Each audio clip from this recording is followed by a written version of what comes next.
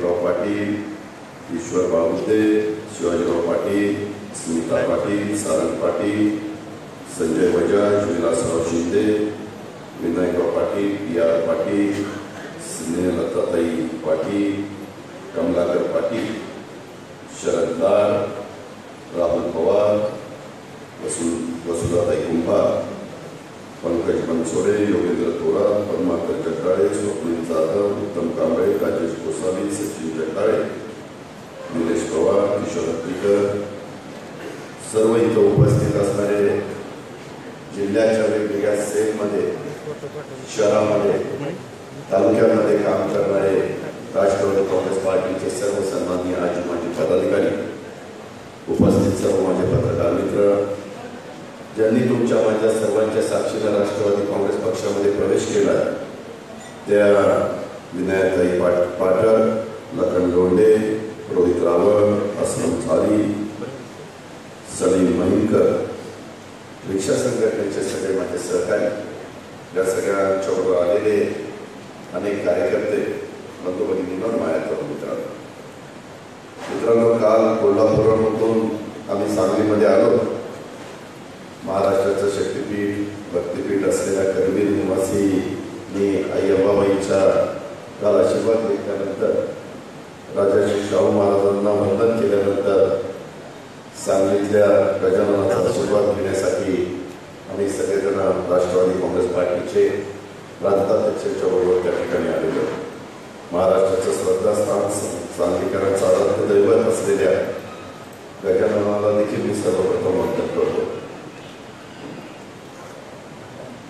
ही आजचा मेळावा हा फक्त आणि फक्त म्हणजे संघटनेच्या करता मेळावा म्हणजे 15 वर्ष झाली आम्ही सरकारमध्ये होतो. नेहमीच राष्ट्रवादी काँग्रेस पार्टीनं सांगली जिल्ह्याला आर पाटीलांच्या आणि जयंत पाटलांच्या रूपाने झुकतं माप दिलं. नेहमीच सांगली जिल्ह्याला महाराष्ट्र राज्य सहकारी बँक, महानंद अशा वेगवेगळ्या राज्य स्तरावरच्या संस्थांची पदं ही देखील देण्याचा प्रयत्न का, तर इथं तशा प्रकारची कर्तृत्ववान माणसं होती आहे म्हणून आम्ही देखील ते करत आलो. त्याचबरोबर आपली सूतगिरणीची एक संघटना आहे राज्याची, ते पद आपल्याकडं अनेक दिवस माझ्या मान्यप्रमाणे दिलीपरावांच्या रूपाने होतं. आणि कार्यकर्त्याला ताकद दिली पाहिजे. कार्यकर्ता हा कणा आहे. संघटना मजबूत असेल तर त्या ठिकाणी पक्ष मजबूत असतो.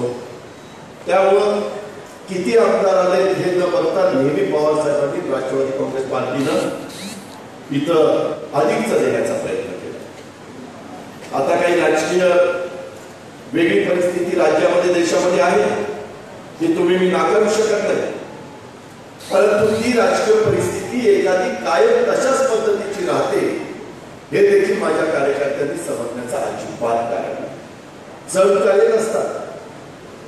कधी राजकारणामध्ये थोडासा उतार आला तरी तो उतार आपल्या सगळ्यांच्या मध्ये कसा कमी राहील आणि पुन्हा एक चढती कमान आपल्याला सगळ्यांना कशी पाहता येईल याबद्दलचं काम आपल्याला सगळ्यांना करायचं.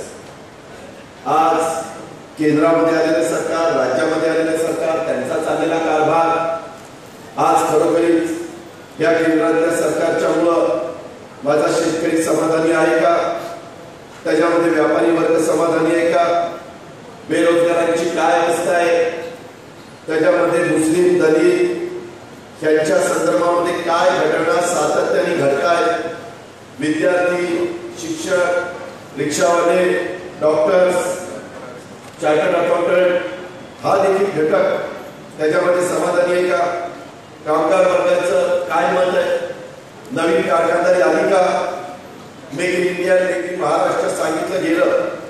माझ्या 10 तालुक्यामध्ये सांगली जिल्ह्यातल्या किती नवीन कारखानदारी आली, किती लोकांना रोजगार मिळाला. ज्यावेळेस युपीएचं सरकार होतं त्यावेळेस सांगलीमध्ये नेहमी राज्याचा विचार करत असताना तिथं सांगलीला पण अधिकचं कसं देता येईल, तिथल्या प्रशासकीय इमारती असतील, जिल्हाधिकारी कार्यालय असेल, इथं न्याय मंदिराची इमारत असेल, ठीक आहे. आता त्यांचं सरकार असल्यामुळे त्यांनी उद्घाटन परवा केलं, हा त्यांचा अधिकार आहे, त्याबद्दल मला जास्त बोलायचं नाही. पण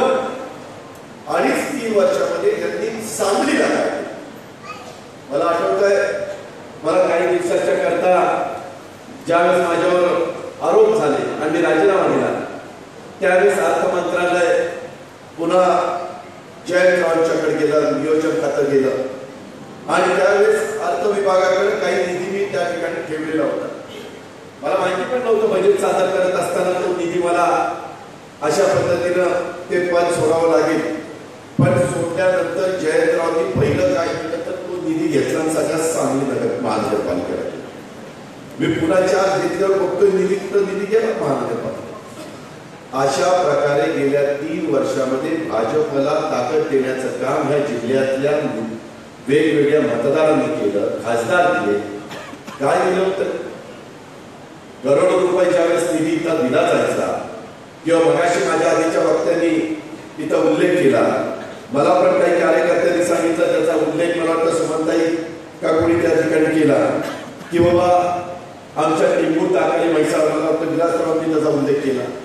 आहे का काय अवस्था? तिथं कोण वाली आहे? आज 8 आमदारांच्या पैकी मला वाटतं 2 राष्ट्रवादीचे, 1 काँग्रेसचा आणि 5 भाजप शिवसेनेचे. एकाला तरी मंत्री केलं. जर तुमच्या जिल्ह्याला प्रतिनिधित्व त्या मंत्रिमंडळामध्ये नाही तर कसं? पालकमंत्री पण दुसरा सोलापूर मधला इथला पाठवला, पहिला पाठवला कोल्हापूरचा, पुन्हा काय झालं कोणाला माहिती, पुन्हा पाठवला सोलापूरचा. या प्रकारे जिल्ह्याचं नुकसान होतं. याच्यातून जिल्हा पाठीमागे जातो, याच्यातून जिल्ह्याचा विकास होतो. मी काल आल्यापासून तटकरे साहेब बघतोय काय सांगली शहरातल्या रस्त्याची अवस्था झाली, काय इथली स्वच्छतेची अवस्था झाली, कशा प्रकारची आज इथली परिस्थिती, याला कोण जबाबदार आहे? जर एवढं मोठं जो शाहू फुले आंबेडकरांच्या विचाराचा जिल्हा, जो दादांचा बापूंचा जिल्हा म्हणून संपूर्ण राज्यामध्ये देशामध्ये ओळखला जातो, त्या जिल्ह्यामध्ये मोठ्या प्रमाणावर देशाला स्वातंत्र्य मिळण्याच्या करता अनेक मोठ्या घटना या परिसरामध्ये घडल्या. अनेकांनी स्वतःच्या प्रपंचाचा विचार केला नाही, स्वतःला झोपून दिलं देशाला स्वातंत्र्य मिळण्याच्या करता. अशा प्रकारच्या वीरांची भूमी आणि तिथं मात्र आज या राज्य सरकारचं पूर्णपणे दुर्लक्ष. आणि त्याच्यामुळं आज आपले सर्व इथल्या सर्वसामान्य माणसांची अवस्था, याचा शांतपणे विचार माझ्या राष्ट्रवादी काँग्रेस पार्टीच्या कार्यकर्त्यांनी केला पाहिजे. 10 तालुक्यामध्ये काम करत असताना हा जो मेळावा आहे किंवा हा जो दौरा आहे, दिवसभर प्रांताध्यक्ष वेळ देतात. आता पण येताना आपण सगळेजण एकत्र जमेपर्यंत आम्ही काही लोकांशी चर्चा करत होतो, विद्यार्थी संघटनेशी, युवक संघटनेशी, महिला संघटनेशी, काही आमच्या ओबीसी संघटनेशी, सामाजिक न्याय विभागाच्या संघटनेशी, अशी सगळ्यांशी चर्चा करत अजूनही तालुकाध्यक्ष किंवा काही माझ्या सहकार्यांशी बोलायचं. कुणाला बोलायचं असेल तर जरूर प्रांताध्यक्षांच्या कानावर त्या गोष्टी गेल्या पाहिजे. शेवटी आपलं राष्ट्रवादी काँग्रेस पक्ष एक कुटुंब आहे आणि त्या कुटुंबामध्ये काही गोष्टी घडत असतील, भांड्याला भांडे लागत असेल, पण त्या भांड्याला भांडं लागल्यानंतर त्याचा आवाज कुठपर्यंत होऊन द्यायचा, त्याही गोष्टी आपण लक्षात घेतल्या पाहिजे. मला या मेळाव्याच्या निमित्तानं सर्व कार्यकर्त्यांना 10 तालुक्यातल्या सांगायचं, उद्याच्याला कधी पक्षाचा मेळावा असेल तर पक्षाच्या मेळाव्यामध्ये आपली स्वतःची भूमिका मांडत असताना पक्षाची बदनामी होणार नाही याबद्दलची खबरदारी 10 तालुक्यामधल्या बोलणाऱ्या कार्यकर्त्यांनी घेतली पाहिजे. जर पुन्हा मला कुठं बातमी अशी ऐकायला मिळाली की मेळावा बोलवलं, अमुक तालुक्यातल्या लोकांनी अमुक त्या ठिकाणी टीका टिप्पणी करण्याचा प्रयत्न केला, त्याच्यातनं पक्षाची बदनामी होती, त्याच्यातनं पवार साहेबांना कमीपणा येतो. ही गोष्ट कार्यकर्त्यांनी विसरता कामा. तुम्ही कदाचित म्हणाल अजित पवार तुम्ही असं सांगता, आम्ही बोलायचं कुठं? जरूर तुम्ही आमच्याकडे बोला ना, आम्ही मुंबईमध्ये असतो. आता राष्ट्रवादी काँग्रेस पार्टीचं कार्यालय त्या ठिकाणी आपण बंद करतोय, कारण तिथं मेट्रो इथे आपल्याला दुसरं कार्यालय प्रांताध्यक्षांनी घेतलेलं आहे, तेही तिथं जवळच आहे. तिथं या, अधिवेशनाच्या काळामध्ये या, तिथं येऊन आम्हाला सांगा, काय असेल तर ते आपण एकत्र बसू, त्याच्यातून मार्ग काढू, चर्चेतून मार्ग निघू शकतो. त्याच्यातून 2 पावलं दोघांनी पण पुढे मागे सरकण्याची तयारी त्या ठिकाणी ठेवायची असते. पत्रकार किंवा पेपर हे त्यांचं काम करणार, त्यांना एखादी बातमी मिळाली की ती बातमी ते छापणार, तो त्यांचा अधिकार आहे, तो 4था स्तंभ आहे. पण त्या बातमी छापत असताना त्याच्यातून पुढं आपल्या पक्षाच्या बाबतीमध्ये काय घडणार आहे त्याचं आत्मचिंतन आणि आत्मपरीक्षण हे राष्ट्रवादी काँग्रेस पार्टीच्या प्रत्येक कार्यकर्त्यांनी केलं पाहिजे. हे मला अतिशय आता पण आम्ही हे झाल्यानंतर बसणारे रात्री 9 वाजू 10 वाजू काय तुम्हाला सांगायचं असेल ते सांगा. त्याच्या संदर्भामध्ये तुमच्या सांगण्यात तथ्य असेल जरूर त्याची नोंद घेतली जाईल. जरूर त्याच्या संदर्भामध्ये कोण चुकत असेल त्यालाही सांगितलं जाईल. प्रांताध्यक्ष त्यांनाही सांगतील की बाबा ह्याच्यामध्ये दुरुस्त करण्याची गरज आहे. त्याच्या पाठीमागच्या काळामध्ये 15 वर्ष सरकारमध्ये काम करत असल्यामुळं आपण संघटनेकडं इतकं बारकाईनं लक्ष दिलं नाही. का तर आम्ही सगळे मंत्री राज्यमंत्री उपमुख्यमंत्री म्हणून काम करत होतो आणि त्याच्यामुळं सरकारच्या निमित्तानं संघटना देखील चालवण्याचं काम तिथं होत होतं. आता मात्र आपल्याला प्रत्येक गावातली तालुक्यातली शहरातली वॉर्डातली प्रभागातली कार्यकारिणी झाली पाहिजे ज्याचा उल्लेख मगाशी भाषणामध्ये त्या ठिकाणी झाला किंवा चर्चेमध्ये तिथं झाले. हे आताचा मेळावा संपला म्हणजे मेळावा संपलेले नाही. पुन्हा मला वाटतं काही दिवसांनी चित्राताई तुम्ही आणि सुप्रिया तुमचाही नंतर पुढचा दौरा आहे मला 2 महिन्यामध्ये 1.5 महिन्यामध्ये त्या पण महिन्यांच्या निमित्ताने येतील. त्याच्यानंतर प्रांताध्यक्ष पुन्हा प्रत्येक जिल्ह्यामध्ये आम्हाला पाठवतील किंवा आम्ही त्या ठिकाणी येऊ आणि तुम्हाला आजच्या तारखेला येऊन ठीक आहे लग्नाची तीच आहे. काल पण विनायकराव तुमच्या घरातलं लग्न होतं मला माहिती होतं माझ्या घरातलं लग्न होतं परंतु अध्यक्षाने सांगितलं अजित पवार आधी लग्न कोंडाण्याचं मग रायबाचं बरं आधी कोंडाण्याचं. त्याच्यावर आज पण लग्नाची तीत असल्यामुळे आपल्याला हॉल वगैरे मिळाला नाही. बाकीच्या माझ्या सहकार्यांची जरा गैरसोय झाली त्याबद्दल मी दिलगिरी व्यक्त करतो. परंतु पुढच्या वेळेस तुम्हाला असं उभं राहून भाषण ऐकायला लागणार नाही याबद्दलची पण खबरदारी दी ग्रेट संजय बजाज आणि विलासराव शिंदे घेतील याबद्दल माझ्या मनामध्ये महत्त्वाची शंका नाही. त्यांना त्याच्याबद्दल काही अडचण असेल तर जरूर मला सांगा किती अडचण दूर करेल. पण असं पुन्हा त्या ठिकाणी करू नका कारण ह्या निमित्तानं कार्यकर्ते 10 तालुक्यात येत असतात. त्यांच्याही काही अपेक्षा असतात त्यांचंही काही म्हणणं असतं आणि त्यांचंही म्हणणं कुणीतरी ऐकून घ्यायचं असतं आणि त्या प्रकारचं हे सगळं काम करत असताना माझी आपल्याला सांगणं आहे की 15 वर्षाच्या नंतर आपण सत्तेमध्ये नव्हतो. आता ते नसताना काय काय अडचणी काय काय तालुक्यामध्ये बोलत असताना काही कुणाची दादागिरी चाललेली कुणाची त्या ठिकाणी थोडीशी दहशत चाललेली त्या संदर्भामध्ये विधिमंडळाच्या आयुधाचा वापर करून तिथल्या आपल्या कार्यकर्त्याला कशी मदत करता येईल याबद्दलचा पण प्रयत्न धनंजय मुंडे सुनील तटकरे जयंत पाटील अजित पवार सुमनताई पाटील हे सगळे जयदेवराव गायकवाड सगळी मंडळी करतील. त्याबद्दल आपण काही काळजी त्या ठिकाणी करू नका. पण आज एकंदरीत अवस्था कशा प्रकारची आहे सांगली जिल्ह्यातल्या मणेराजुरी कवठेमहांकाळ येळावी विसापूर या प्रादेशिक योजना वीज बिलासाठी 6 महिने झाले बंद झाले. त्याच्यामध्ये आपल्या आघाडीच्या काळात असं कधी बंद होत होतं त्याच्या संदर्भामध्ये ताबडतोब आपण निर्णय घ्यायचो परंतु इथं कोणी वालीच नाही. हे आपण मतदारांच्या पर्यंत आणि सर्वसामान्य जनतेच्या पर्यंत पोहोचवलं पाहिजे. ही संघटना आणि कार्यकारिणी करत असताना नुसती कार्यकारिणी मला कागदावर नकोय ती दर 2 महिन्यांनी मीटिंग होती का नाही किती जण हजर असतात किती जण गैरहजर असतात त्याच्यामध्ये प्रांताध्यक्षांनी मागाशी सांगितलं जर अजित पवारला एखाद्या संघटनेचं अध्यक्षपद दिलेलं असेल आणि त्याला त्याचा वेळ नसेल आणि 2 महिन्यांनी आढावा घेत असताना अजित पवार कुठं कमी पडलेला असेल तर अजित पवार कुणाच्याही पुढाऱ्याच्या घरातला असला तरी त्याला बाबा तुला त्याला बाकीचा व्यापारी तुला त्याला थांबावं लागेल दुसऱ्याला आपण त्या ठिकाणी संधी. आता ही पद देत असताना नात्या गोत्याचा आणि पाहुण्या रावळ्याचा अजिबात विचार त्या ठिकाणी करू नका. त्याच्यामध्ये ज्याच्यामध्ये कर्तृत्व आहे ज्याच्यामध्ये नेतृत्व करण्याची गुण आहे ज्याच्यामध्ये आक्रमकपणा आहे हा आक्रमकपणा समाजाच्या चांगल्या कामाची सोडवणूक होण्याच्या करता खर्च झाला पाहिजे.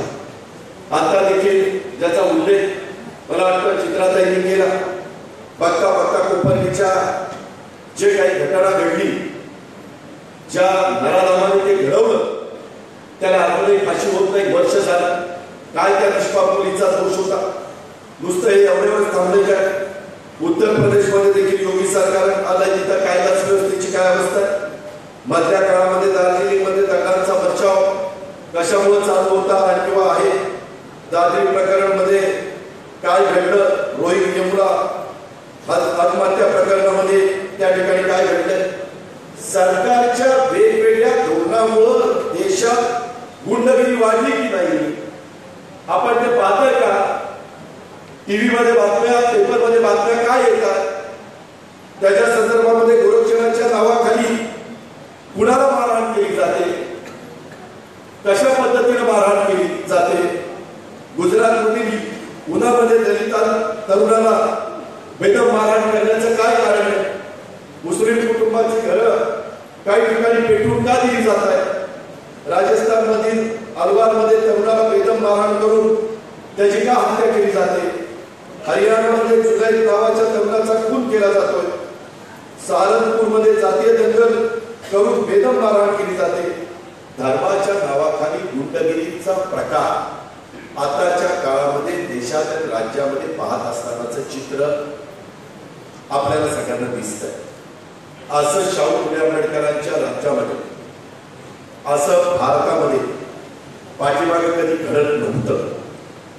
काश्मीरमध्ये जमावाकडनंच डीसीपीला बेदम मारहाण करून त्याची हत्या केली जाते.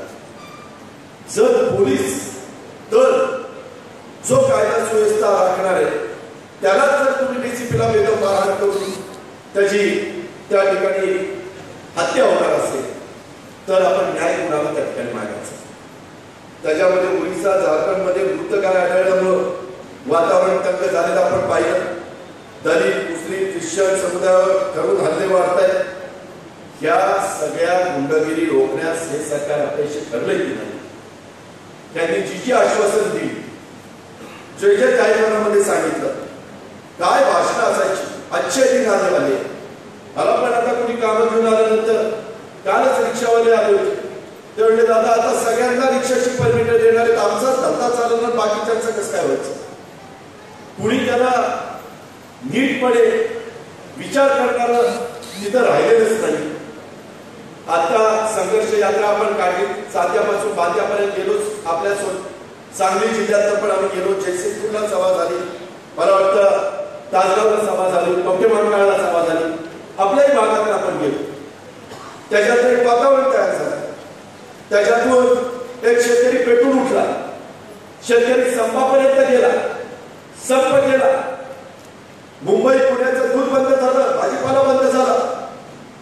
आता हे सगळं बंद झाल्यानंतर कसं होणार म्हणल्यानंतर सरकार डोळे उघडले आणि जागेवर आलं आणि त्यांनी कर्जमाफीची घोषणा केली.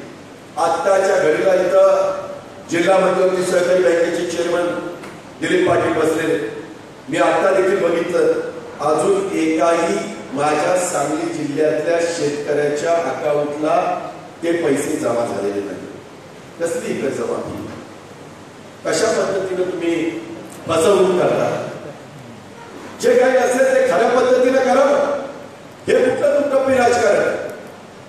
त्याच्यामध्ये 1.5 लाख रुपयापर्यंत कर्ज आम्ही फेडणार, पण 1.5 लाखाच्या वरचं कर्ज असेल त्यांनी वरचं कर्ज आधी फेडावं, मग आम्ही 1.5 लाख रुपये त्या ठिकाणी घेऊ. अरे शाळेंनो, 1.5 लाखाच्या पेक्षा जास्तीचे पैसे भरायच्या करता पैसे असते तर कशाला तुमच्याकडे कर्जमाफी मागितली असते?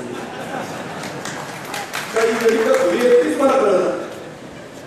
म्हणजे काय नियम काढतील, काय निकष लावतील, असे काही निकष लावतील की त्याच्यात कुणीच बसलं नाही पाहिजे. अडवळायचं कर्जमाफी तोपर्यंत मिळायच्या आधी बोर्ड तर लावून मोकळे.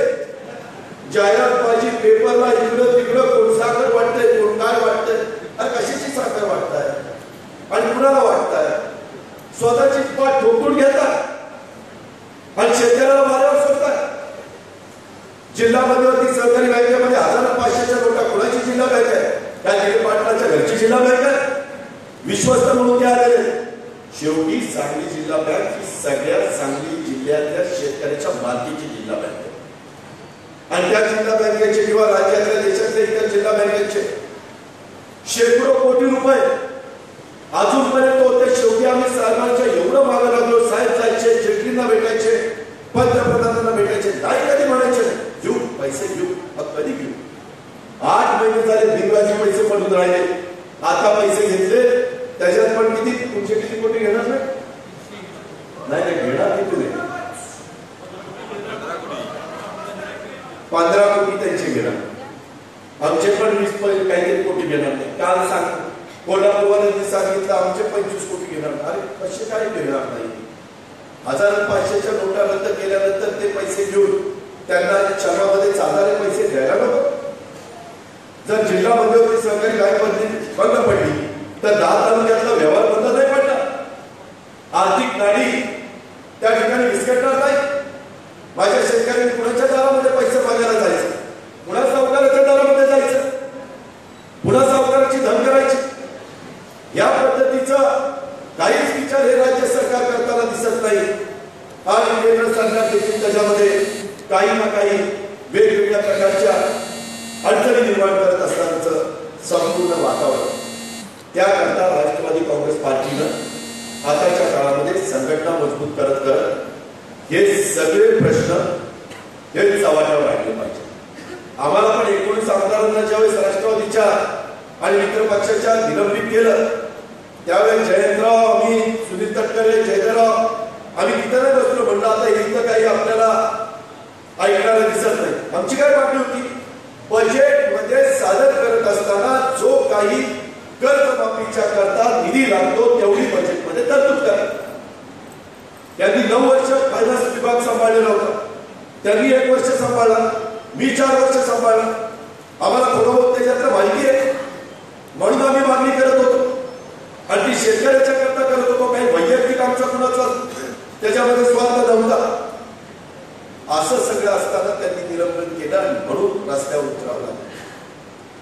त्याच्यामध्ये कुणी त्याचं क्रेडिट घ्यावं याला मी जास्तीचं महत्व देते. कारण शेतकऱ्याला कुठेतरी न्याय द्यायला पाहिजे. 71,000 कोटी रुपयाचा कर्जमाफीचा निर्णय आदरणीय पवारसाहेब कृषी मंत्री असताना साहेबांनी पुढाकार घेऊन घेतला. सोनियाजींनी, पी चिदंबरम साहेबांनी, डॉक्टर मनमोहन सिंगांनी साथ दिली. तेव्हा असे कधी जयंतराव आपल्याला काढायला लागले. तुम्हाला आठवत असेल त्या काळामध्ये तुम्ही फायनान्स मिनिस्टर म्हणून लक्षात आणून दिलं की काही बाबतीमध्ये आपल्या महाराष्ट्रातले शेतकरी वंचित राहत आहेत, ते त्याच्यात बसत नाही आणि ते बसवण्याच्या करता आपल्या तिजोरीतले 1,500 कोटी रुपये त्यांना द्यावे लागतील. त्यावेळेस हा प्रश्न सुटेल. ताबडतोब त्यांनी प्रस्ताव आणल्यानंतर कॅबिनेटने आम्ही त्याला मान्यता दिली.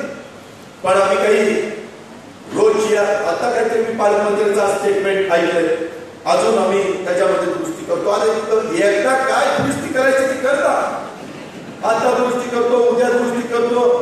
फार आमचा खरीपाची पेरणी हंगाम जायची वेळ आली, वापसा उडायची वेळ आली. या शाळांना कळत आहे वापसा उडवल्यानंतर काय करतात, धुळपेर करता का काय उडवणार. पण त्यांचा आणि शेतीसाठी संबंध पाहिजे. अहो हे सगळं घडतंय त्यावेळेस सुद्धा देशाचे कृषी मंत्री होते, तुम्हीच पाहा. ते योगा करत बसले होते. काय आता योगा, इथं शेतकरी फार आडवा व्हायची वेळ आली, याचा योगा काय आता त्या कृषी मंत्र्याला म्हणावं. आणि आता तर कृषी मंत्री कुठं दिसत. मी म्हटलं कुठे औषध कुठे तुम्ही आहे ना, आता मी आहे कुठं आहे, तुमची स्टेटमेंट येत आहे का. आणि दुसरा राज्यमंत्री असं स्टेटमेंट करतो त्याला तर पण आमचं चेअर मंडळींचं झालं. मी त्या गोष्टीला जास्तीचं महत्व देत नाही. आपण आपल्या पद्धतीने काम करत राहायला पाहिजे. जाणीवपूर्वक कधी कधी आपली शक्तीस्थळं आहेत त्यांची बदनामी करण्याचा प्रयत्न जाणीवपूर्वक केला जातो. कधी कधी कारण नसताना त्यांच्याबद्दल बदनामी करणाऱ्या बातम्या आणि त्याच्यातनं महाराष्ट्रातल्या जनतेमध्ये राष्ट्रवादी काँग्रेस पार्टीच्या कार्यकर्त्यामध्ये संभ्रम कसा निर्माण होईल याकरता देखील प्रयत्न त्या ठिकाणी केला जातो. आपण अजिबात त्या गोष्टीला महत्व देऊ नका. सांगली जिल्ह्याच्या राजकारणामध्ये देखील एकेकाळी राष्ट्रवादी काँग्रेस पार्टी जिल्हा परिषदेमध्ये, महानगरपालिकेमध्ये अनेक ठिकाणी नंबर 1 ची पार्टी त्या ठिकाणी होती. आता मात्र काही जण सोपस्कररित्या सोयीचं राजकारण करत आपल्याला त्या ठिकाणी सोडून दिले. ठीक आहे, कोणी कुणाला कायमचं बांधून ठेवत नाही. परंतु कोणी एखाद्या तालुक्यातनं गेलं म्हणजे त्या तालुक्यातली राष्ट्रवादी काँग्रेस पार्टी संपली असं समजण्याचं काही कारण नाही. मग तो आटपाडी तालुका असेल, तो खानापूर तालुका असेल किंवा तो आणखी कुठलाही तालुका असेल. माझी तिथल्या तालुका अध्यक्षांना, प्रांताध्यक्षांच्या, जयंतरावच्या, बाकीच्या सगळ्यांच्या साक्षीने सूचना तुम्ही तुमचं काम करायचं. आपल्याच पक्षाकडे फक्त पवार साहेबांच्या सारख्या सर्व प्रश्नाची जाण असणारा राष्ट्रीय नेता, राष्ट्रीय अध्यक्ष जो कुठल्याही पक्षामध्ये तशा प्रकारचा नेता नाही. आणि त्याच्यामुळं साहेबांचे विचार ह्याच्यातून आपल्याला पुढे जायचं. हे पुढे जात असताना जिथं कुठं त्यामध्ये अडचणी येत असतील तर त्या तिथं आपल्याला सोडवायच्या आणि त्याच्यातून ही सगळी संघटना ही मजबूत करायची. नवीन कार्यकर्ते आपण तयार करू. शेवटी नवीन कार्यकर्ते त्याच्यातून त्याचे जिल्हा परिषद तालुका पंचायतीचे सदस्य, नगरपालिका नगरपंचायतीचे सदस्य, महानगरपालिकेचे सदस्य आपण निर्माण करू. उद्याचे आमदार आपण त्याच्यात निर्माण करू. तशा प्रकारे अनेकदा गेल्या 50 वर्षाच्या राजकीय जीवनामध्ये पवार साहेबांच्या बाबतीमध्ये चढ उतार आले. कधीतरी साहेबांनी 50-55 आमदार निवडून आणले, 50 आमदार निवडून गेले, 5च राहिले तरी साहेब डबवले नाही. सर्वसामान्य माणूस साहेबांच्या बरोबर होता. तसा सर्वसामान्य माणूस हा राष्ट्रवादी काँग्रेस पार्टीच्या बरोबर आहे.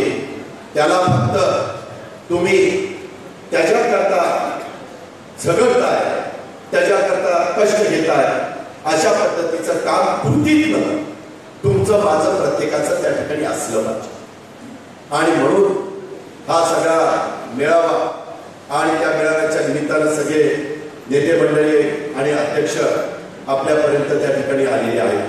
माझी तुम्हाला दुसरी एक विनंती आहे की एकंदरीतच हे सगळं काम करत असताना आपल्या वेगवेगळ्या तालुक्यामध्ये, एखाद्या तालुक्यामध्ये मी तुम्हाला रत्नागिरीचं उदाहरण देतो. रत्नागिरीमध्ये दापोली म्हणून विधानसभा मतदारसंघ आहे आणि वाघ तिथं कधीच राष्ट्रवादी काँग्रेस पार्टीचं किंवा काँग्रेस पार्टीचं कोणी निवडून आलं नाही. जयंतराव तुम्ही मी आर 90 पासून निवडून येतो, तेव्हापासून तिथं सूर्यकांत दळवी तो तिथे निवडून येतो.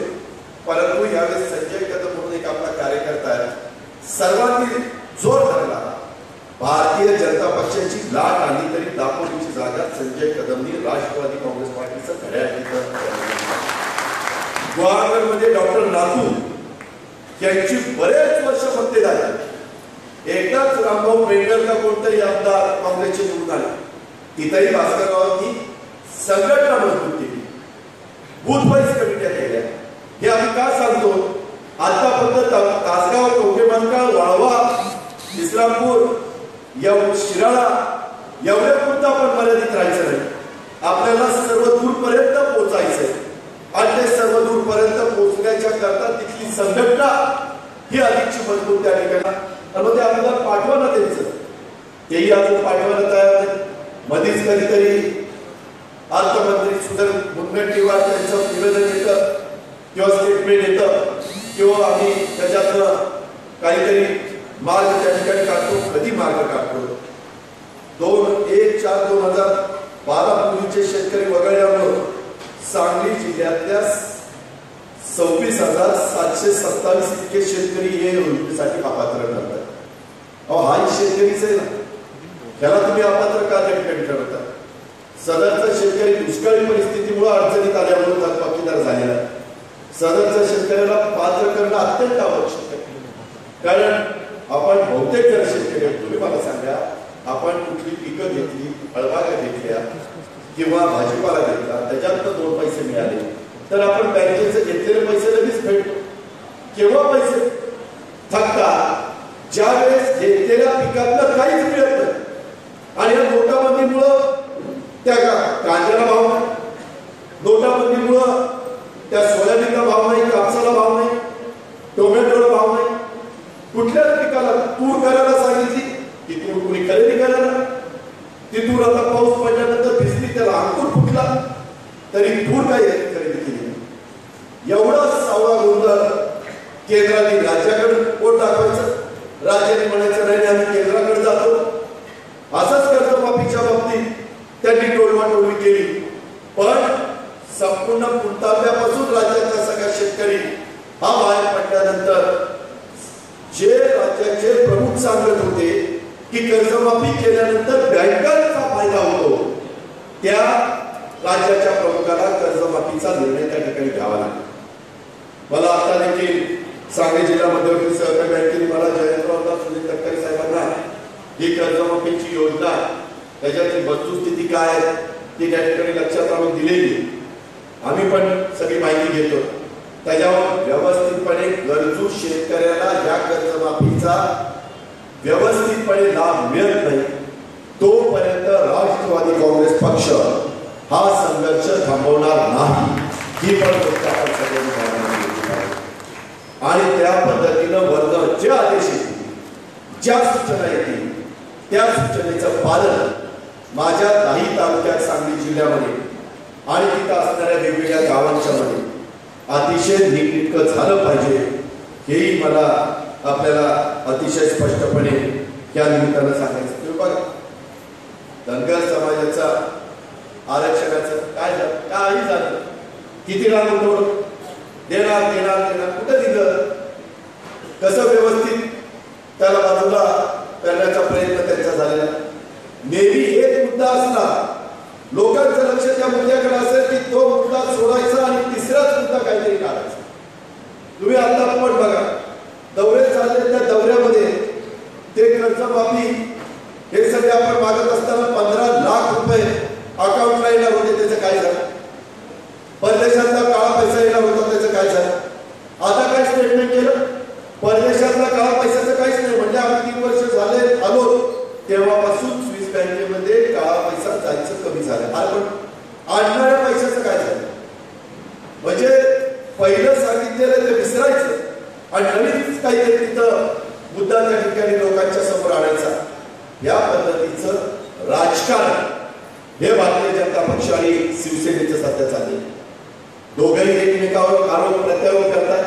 मला तर आज सकाळी का काल काहींनी सांगितलं आपल्या दुष्काळी भागात असणाऱ्या जत तालुक्यामध्ये देखील मोठ्या प्रमाणात जसं आपण काल का परवा रत्नागिरीमध्ये होतो तटकरे साहेब तिथं रत्नागिरीमध्ये देखील जलयुक्त शिवारामध्ये भ्रष्टाचार झालेली चर्चा तिथं आहे. आमच्या आमदार संजय कदमांनी सांगितलं तुम्ही त्या ठिकाणी चौकशी करा आणि जे दोषी असेल त्याच्यावर कारवाई करा. आता जतला पण मोठ्या प्रमाणात तिथं गडबड झाली असं मला सांगितलं. मी त्यांना म्हटलं की तुम्ही कागदपत्र द्या खालच्या वरच्या सभागृहामध्ये लक्षवेधीच्या किंवा वेगवेगळ्या आयुधाचा वापर करून आपण त्याच्या संदर्भामध्ये काय वस्तुस्थिती आहे जनतेचा पैसा हा सत्कारणी लागला पाहिजे अशा पद्धतीचं काम त्या ठिकाणी होतं. हे सगळं सध्या घडतंय परंतु त्याच्याकडे पूर्णपणे दुर्लक्ष करण्याचं काम या भाजप शिवसेनेवाल्यांचं चाललेलं आहे. माझ्या इथल्या काही काम राष्ट्रवादी विद्यार्थी काँग्रेस सांगली असेल किंवा जिल्हा ग्रामीण हे असतील बाकीचे असं काही काहींचं माझं सामाजिक न्याय सेलचं काम मला ऐकायला तर मिळालं आम्हाला सगळ्यांनाच बरं चाललं पण नुसतं ऐकून नाही ते खरोखरीच त्या त्या भागामध्ये तशा पद्धतीने चाललंय का. जिल्हाध्यक्षांनी शहर अध्यक्षांनी वेगवेगळ्या वॉर्डामध्ये आणि जिल्हा अध्यक्षांनी वेगवेगळ्या तालुक्यामध्ये देखील वरचेवर केलं पाहिजे. तालुका अध्यक्षांनी पण त्यांच्या वेगवेगळ्या गावांच्या मध्ये 2-2.5 महिन्यात एक चक्कर तरी मारलीच पाहिजे.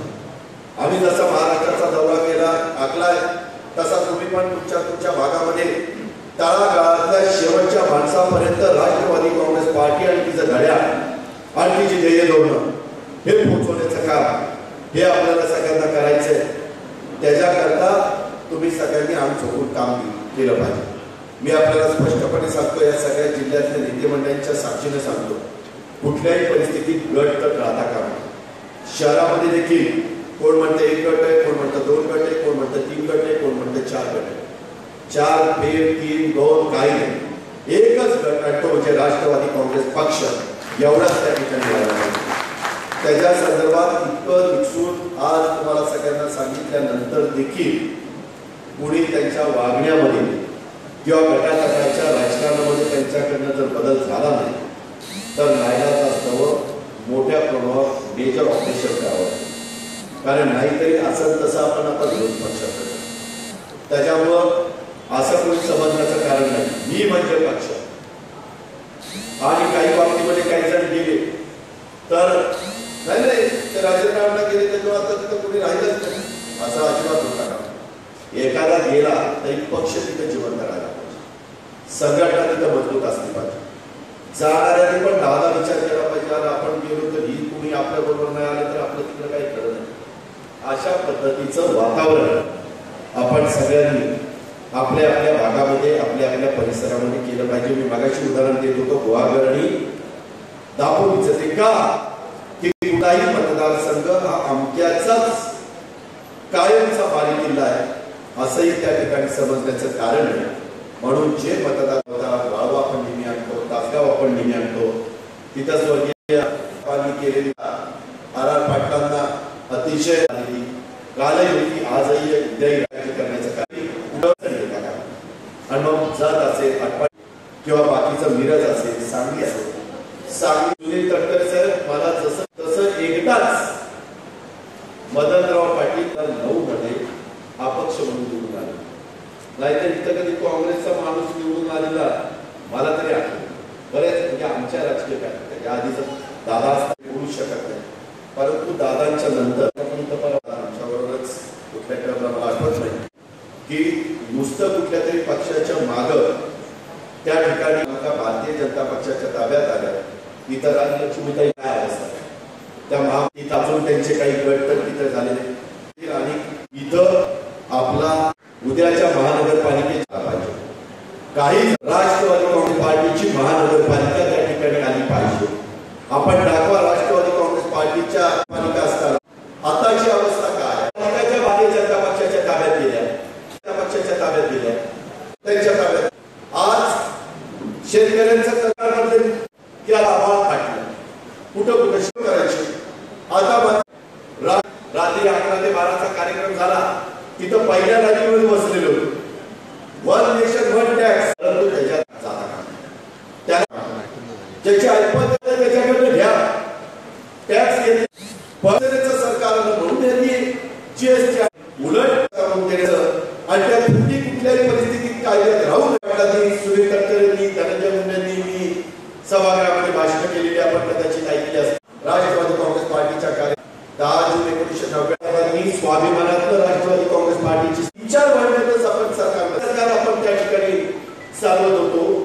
काँग्रेस अशा त्याच्यामध्ये दुष्काळ अतिवृष्टीच्या संदर्भातला पुन्हा अशा अनेक प्रकारचे निर्णय आपण आपल्याला सगळ्यांना पाहिजे असतील तर ताकदवान आणि त्याच्यामध्ये कुठल्याही आपसामध्ये कुरकुरी या राताकामाने ज्याच्यावर जबाब तर त्यांनी मनाचा सांगावं की मला हे अध्यक्षपद नको, आता कुणावर द्या. आपण दुसऱ्या कार्यकर्त्यांवरती समज नसताना ते पद घुसवण्याचं काम युवकांना, युवतींना, विद्यार्थ्यांना आणि सगळ्या सेलला मला वाटतं जवळपास 24 सेल आहेत.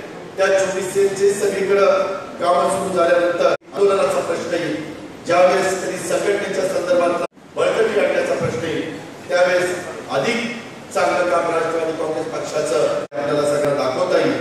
म्हणून ते काम आपण सगळ्यांनी करावं अशा प्रकारची आग्रहाची, नम्रतेची, कळकळीची विनंती मी आपल्या सर्व सहकाऱ्यांना या निमित्तानं करतो.